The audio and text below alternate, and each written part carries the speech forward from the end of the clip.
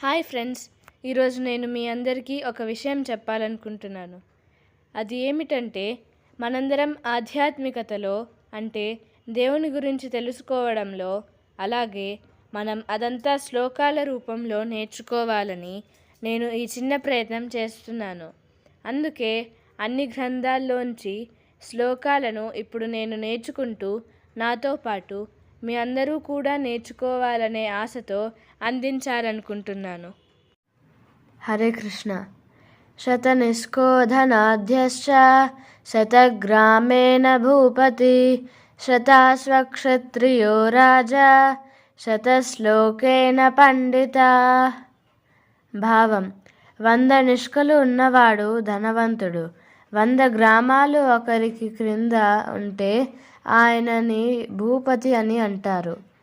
ఒకరి దగ్గర ఆ 100 గుర్రాలు ఉంటే వారిని రాజు అంటారు. అలాగే 100 శ్లోకాలు తెలిసిన వారిని పండితుడు అంటారు.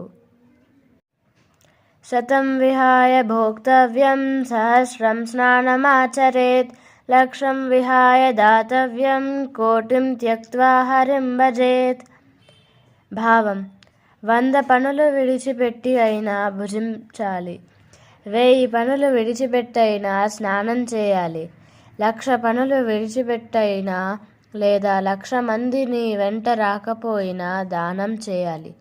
1,000,000 మందిని లేదా 1,000,000 పనులు విడిచిపెట్టైనా శ్రీహరిని సేవించుకోవాలి.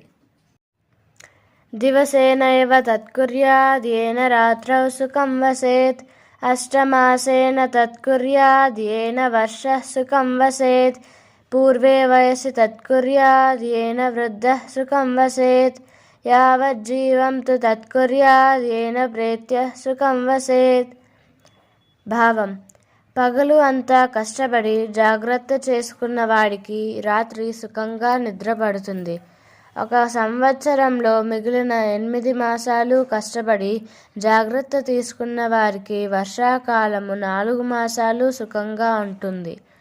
యవ్వనంలో ఉన్నప్పుడు తగిన జాగ్రత్తలు తీసుకుంటూ బలంగాను ధైర్యంగాను తెలివిగాను ఉన్నవారిని వృద్ధ వయసు సుఖంగా ఉంటుంది.